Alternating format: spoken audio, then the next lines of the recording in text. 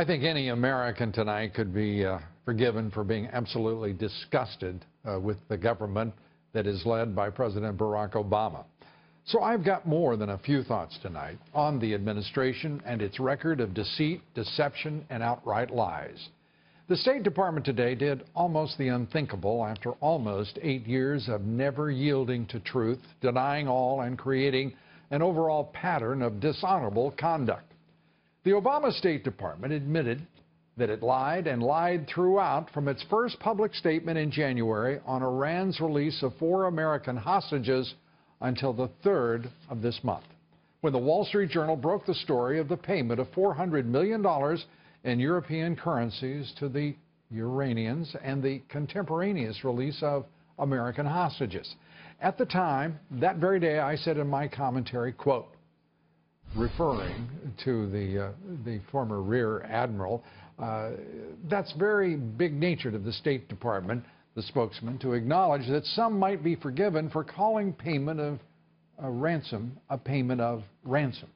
The ransom payment to Iran puts any American at risk wherever the Iranians have influence and reach. That was on the 3rd of August. Today, John Kirby acknowledged that, yes, indeed, those who he had forgiven earlier happened to just be right. The payment of the $400 million in currencies to Iran was contingent on the release of those 4 Americans. That it was what any reasonable and honest person knew it was. It was ransom. Yet 2 weeks ago, the president pretended to be even hurt, aggrieved, at even the suggestion that it was ransom. We do not pay ransom for hostages. We've got a number of Americans being held all around the world. And I meet with their families, and it is heartbreaking. But those families know that we have a policy that we don't pay ransom. They know. He was heartbreaking. He lied. The Obama legacy has become one of shame. Lies have become routine in this administration. Lies are expected. Its lies about Iran are numerous. The State Department now faces a lawsuit after admitting it cut part of a 2013 video posted to its website about the secret nuclear talks with Iran. The State Department previously claimed it was just simply a glitch, but later had to confess it was deliberately edited and removed.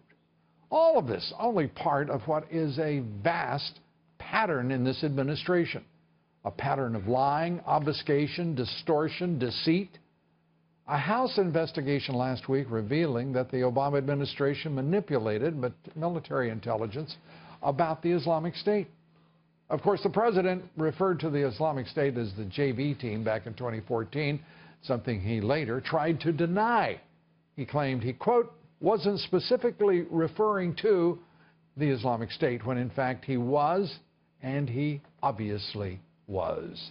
In 2013, the president claimed he, quote, didn't set a red line in Syria, but of course he did, and here he is doing just that. A red line for us is we start seeing a whole bunch of chemical weapons moving around or being utilized. That's a red line for us, and that there would be enormous consequences. Another lie, and to what effect? The administration's lies about the 2012 Benghazi attack continue to this day. They would have humiliated a less coarsened group of government leaders and policymakers, with the president not only still blaming an online video some 2 weeks after that terrorist attack, but doing so at the United Nations, bald-faced lying to the General Assembly, for crying out loud. It was a crude and disgusting video. Sparked outrage throughout the Muslim world. There's no video that justifies an attack on an embassy. No, there isn't. And there is no justification for a president who would insinuate and imply and lie. And of course, utter disregard for truth and disrespect for the American people, as our president and his advisors cynically and vigorously lied, and lied some more in order to pass the president's signature law, Obamacare. I intend to keep this promise. If you like your doctor, you'll be able to keep your doctor.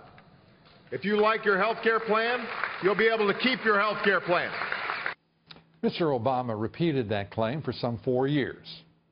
I believe this administration's legacy is already one of shame. Mr. Obama seemingly eager to lie to the American people and obviously encourage members of his administration to do so as well. And for what?